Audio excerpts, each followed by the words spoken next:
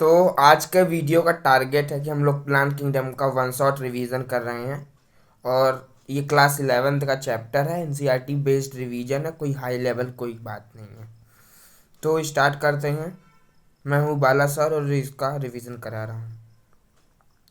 तो plant kingdom के लिए पहली डिफिनेशन दी हुई है कि our understanding for plant kingdom has change over the time.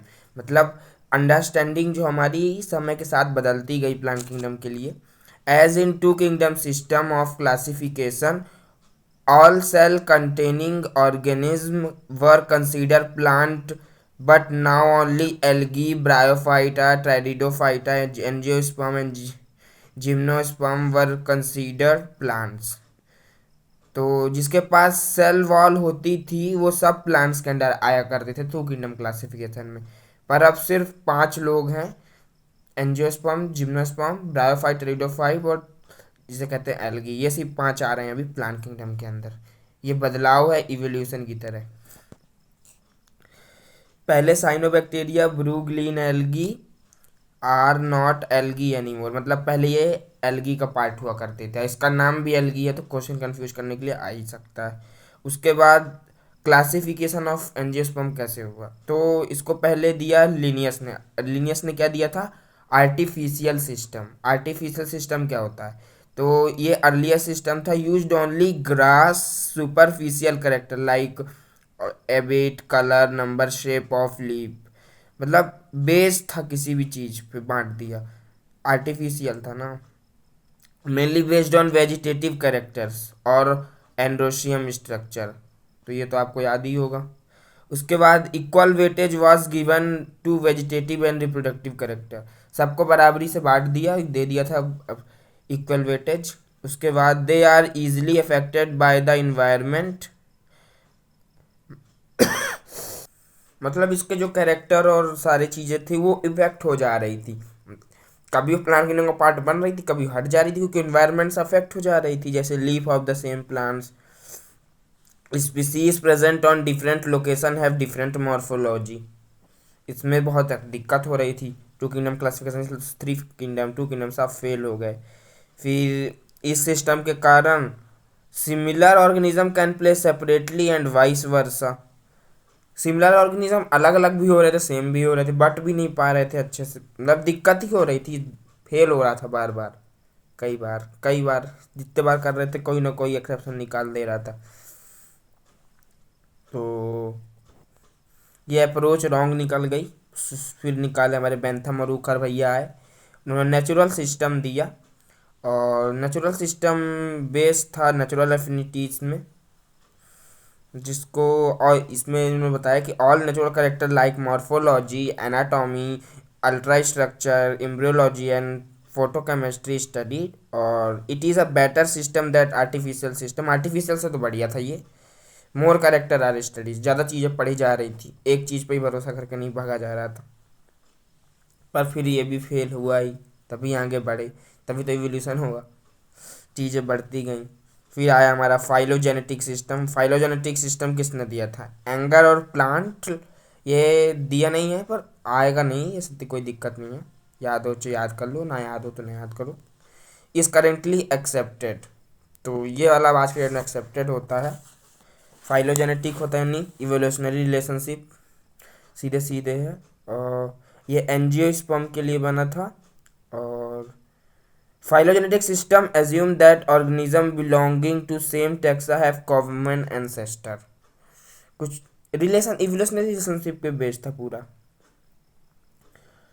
उसके बाद when fossil evidence are missing we used all available information for classification purpose, some common method are described below। कई सारे यूज किए गए fossil evidence जब missing मिले तो, जैसे पहले न्यूमेरिकल टैक्सोनॉमी यूज की गई, फिनेटिक्स जिसे कहते हैं, जिसे एडॉन्सन ने दिया था। It is based on all ओवरसवेल ऑब्जर्वेबल कैरेक्टर्स। उसके बाद numbers and codes are given 200 of character are ex proceed by computers. Equal importance marks points are given to all character. सबको दे दिए गए, पर वही बात बिगड़ रही थी, सक्सेस तो हो ही नहीं पा रहे थे। इसका ड्रॉबैक क्या है? तो ड्रॉबैक कहाँ पे ये फेल हो गए। तो importance and non important character are given equal marks, score is not reliable. जो काम की चीज़ है उसको भी उतना ही नंबर मिल रहा है, जो काम की चीज़ नहीं उसको भी उतना ही नंबर मिल रहा है, तो क्या फ़ायदा। मामला सटक गया, सक्सेस नहीं हो पाए। उसके बाद साइटोटैक्सोनॉमी में आगे बढ़ते हैं। तो साइटोटैक्सोनॉमी बेस्ड है cytological information like chromosome number structure and behaviour. तो साइटोलॉजिकल इंफॉर्मेशन मतलब ऊपरी information like number structure behaviour. उसके बाद आया कीमोटैक्सोनॉमी।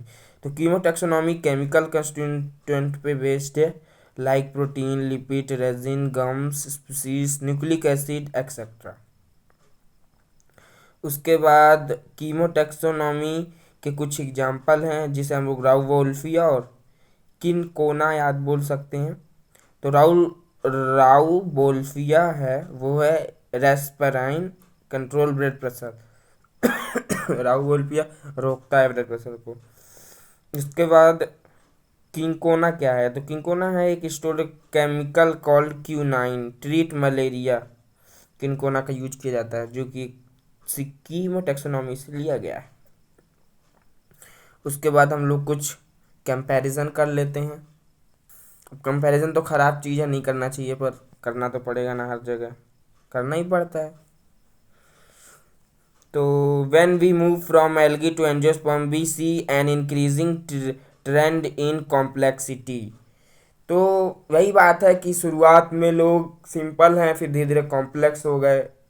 मतलब स्टार्टिंग जीरो से होगी, फिर लोग खतरनाक हो जाएंगे, हाई लेवल प्रोफेशनल।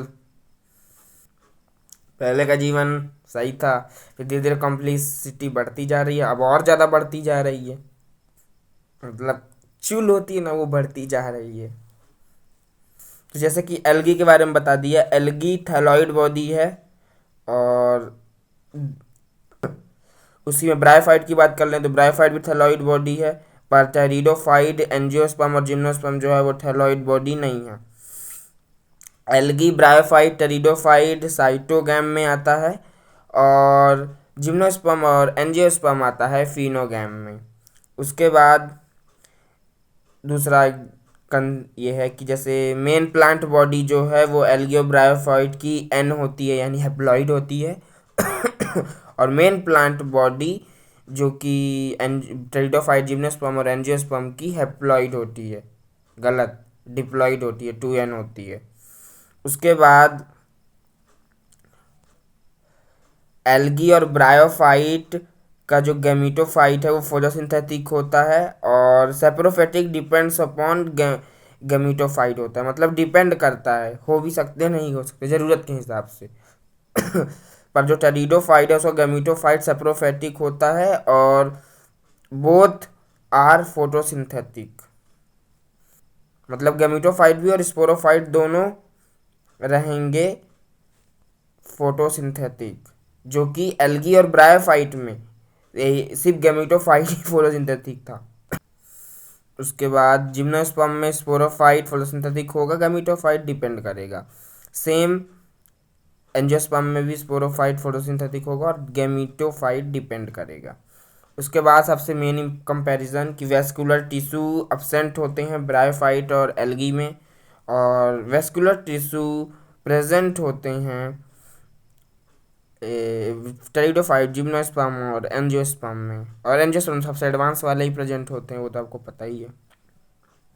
उसके बाद अब हम लोग आ जाते हैं एल्गी में। तो एल्गी है क्या, एल्गी एक autotrophic simple thalloid largely aquatic fresh plus marine में प्रेजेंट है एक है। और एल्गी एक प्लांट किंगडम का डिवीज़न है, जो कि हम लोग एनिमल किंगडम में फाइलम की तरह लेते हैं। तो they can also be found in soil stone and would. Algae कहीं भी मिल सकता है। एल्गी एसोसिएटेड होता है फंगस से, जो कि लाइकन में हम लोग देखते हैं, जो कि एक बायोलॉजिकल के चैप्टर में हम लोग देखते ही हैं। उसके बाद स्लॉट बियर के साथ भी इसका कनेक्शन हाई है। और algae drive water from moist fur of sloth bear and bear gets green colour that's help him to hide in grasses, camouflage जिसे कहते हैं हम लोग, जिसे उसके बाद form and size of algae is highly variable. Algae का form और साइज बहुत वेरिएबल है, डिपेंड करता है, कभी भी कुछ भी हो सकता है। उसके बाद Volvox is colonial, it is colony is called coenobium. तो filamentous structure is Spirogyra and Ulothrix. कुछ इंपॉर्टेंट चीज़ याद कर लीजिए, जैसे marine kelp a brown algae is profusely heavily branched and can reach up to height of 100 metre. तो 100 metre की height तक रीच कर सकता है। उसके बाद रिप्रोडक्शन इन एल्गी। तो एल्गी में रिप्रोडक्शन होता है 3 टाइप से, वेजिटेटिव, एसेक्सुअल, सेक्सुअल। वेजिटेटिव होता है फ्रेगमेंटेशन की वजह से, और फ्रेगमेंटेशन तो आपको पता ही होगा, when body fragments of algae makes complete thallus. तो एक फ्रेगमेंट से पूरी बॉडी बन जाए उसे हम लोग फ्रेगमेंटेशन कहते हैं। तो इसका एग्जांपल है स्पाइरोगायरा एंड यूलोथ्रिक्स। उसके बाद आता है एसेक्सुअल रिप्रोडक्शन। तो by making asexual structure called spores, most common spores are zoospores and zoospores, जो कि मोटाइल होते हैं और फ्लैजिलेटेड होते हैं। उसके बाद आता है सेक्सुअल रिप्रोडक्शन, जो कि फ्यूजन ऑफ गैमीट्स से बनता है, मतलब bye formation of fusion of gametes, जो कि इसके लिए फ्यू गैमीट्स जरूरत पड़ती है ना, बहुत लफड़ा है। तो इसके आइसोगैमस सिमिलर गैमीट्स होते हैं जब, तो इसका एग्जांपल नॉन फ्लैजिलेटेड में स्पाइरोगैरा, फ्लैजिलेटेड में यूलोथ्रिक्स। उसके बाद एनाइसोगैमस कंडीशन जब होती है डिसिमिलर गैमीट्स, यूरोडीना, euro euro Eudorina, sorry Eudorina. उसके बाद oogamous, special condition of NGO and sorry anisogamy where female gametes is large motile and male gamete is small and motile. इसका example है Volvox Fucus Chara, NCERT का example है पूरा। उसके बाद economic importance of algae. तो algae is a plant, it will photosynthetic, और algae do around 50% of carbon fixation on earth. Critical points याद रखिए कि certain algae produce hydrocolloids, water holding substance like algin, carrageenan. और Chlorella एक unicellular algae है, और single cell protein use करते हैं, स्पेस ट्रेवलर भी यूज करते हैं। उसके बाद आता है they are producer of food and thus they form basis of food chain in aquatic habitat. तो ये प्रोड्यूसर हैं, चीफ प्रोड्यूसर हैं क्या, कमेंट सेक्शन में जरूर बताइएगा।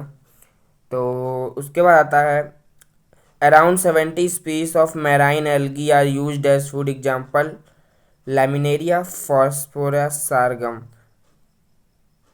तो 70 एल्गी यूज की जाती है एनसीईआरटी में, 3 का एग्जांपल दिए जो कि आपके पेपर में आ सकते हैं। तो इसका एग्जांपल लैमिनेरिया, फॉस्फोइरा, शर्गेशम।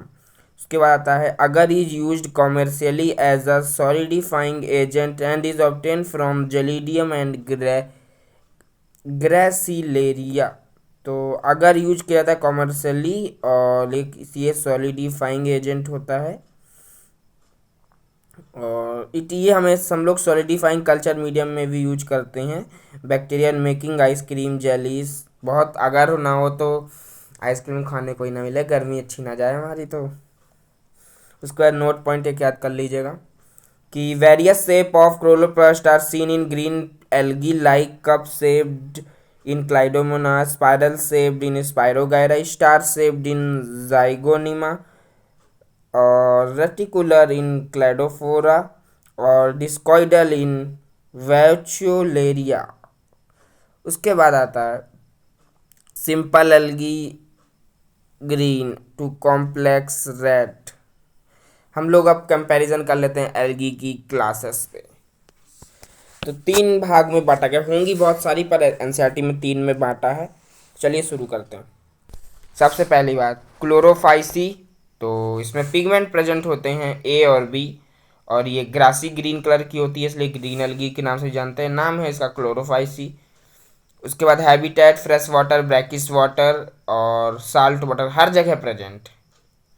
उसके बाद आता है फॉर्म, कैसे किस फॉर्म में प्रेजेंट है, तो सिंपलेस्ट से लेके सिंपलेस्ट जो है यूनिसेलुलर पाई जाती है, कॉलोनियल भी पाई जाती है, फिलामेंटस भी पाई जाती है। सिंपलेस्ट का एग्जांपल है क्लाइडोमोनास, कॉलोनियल का एग्जांपल है वॉल्वॉक्स, और फिलामेंटस का वॉल्व यूलोथ्रिक्स और स्पाइड वगैरह। 2 से 8 equal equal and apical flagella present होती हैं, तो पोजीशन और नंबर याद रखिए। उसके बाद cell wall inner layer cellulose की होती है, आउटर लेयर पेक्टोस की होती है। उसके बाद आता है ये स्टोर्ड फूड क्या होता है, तो स्टोर्ड फूड इसमें कुछ नहीं होता, पायरिनोइड स्टार्च होता है बेसिकली। उसके बाद रिप्रोडक्शन, तो वेजिटेटिव सेक्सुअल सेक्सुअल तीनों करती हैं। तो वेजिटेटिव में फ्रेगमेंटेशन करती हैं और स्पोर का फॉर्मेशन करती हैं। उसके बाद एसेक्सुअल में फ्लैजेलेटेड जूस्पोर फॉर्म्स इन जूस्पोरेंजिया। उसके बाद सेक्सुअल करती हैं जो कि आइसो एंड ओगैमस है। तो उसके बाद आता है कि इसके एग्जाम्पल कुछ हैं, जैसे कि क्लाइडोमोनास, चारा, स्पाइरोगाइरा, यूलोथ्रिक्स और वॉल्वॉक्स। उसके बाद आता है हमारा क्लोरोफाइसी, नहीं क्लोरोफाइसी तो खत्म हो गया ना रेड। उसका आता है फियोफाइसी, जो कि एक ब्राउन एल्गी है, खतरनाक आदमी है ये भी। अब देखो पिगमेंट्स आपको पता होता है ए और सी इसमें प्रेजेंट होते हैं। कैरोटिनॉइड जेंथोफिल भी प्रेजेंट होते हैं, और ये olive green to various shaded to brown तक पाए जाते हैं। उसके बाद इन depending upon content of fucoxanthin, तो डिपेंड करता है फिकोजेंथिन की कितना है, जितना ज़्यादा ब्राउन चाहिए उतना ज़्यादा फिकोजेंथिन होना चाहिए। फ्रेश वाटर में रेयरली देखने को मिलती है, बेसिकली ये दिखने को मिलती है ब्रैकिश वाटर और सॉल्ट वाटर में। उसके बाद इसके फॉर्म्स होते हैं सिंपल ब्रांच्ड फिलामेंटस, तो हैविली ब्रांच्ड भी होते हैं कुछ जो कि कैल्प होता है जैसे कि, और एक्टोकार्पस, तो ये ब्रांच्ड और फिलामेंटस का एग्जांपल है। उसके बाद ये 2 फ्लैजिला होती है, अनइक्वल एंड लेटरल, और pyriform pear shaped spore and gametes present होते हैं। सेल वॉल इसकी सेलुलोज और एल्जिन से बनी होती है। और बात हो ही रही है तो इसमें मैनीटॉल और लेमिनेरिया स्टोर्ड फूड होता है। उसके बाद रिप्रोडक्शन, वेजिटेटिव में फ्रेगमेंटेशन, एसेक्सुअल में बाइफ्रेजिटेटिव जूस्पोर की वजह से होता है पियर शेप्ड, और सेक्सुअल होता है एनाइसो आइसो उगमस। तीनों फर्टिलाइजेशन प्रेजेंट होते हैं इन पानी में और इन ओगुनिया में। उसके बाद इसके एग्जाम्पल भी हैं कुछ, जैसे कि fucus, dictyota, kelp, laminaria, ectocarpus, sargassum. तो यहीं पे ख़त्म होता है हमारा आपका अपना phaeophyceae according to NCERT. High level तो मैं पढ़ा ही नहीं रहा,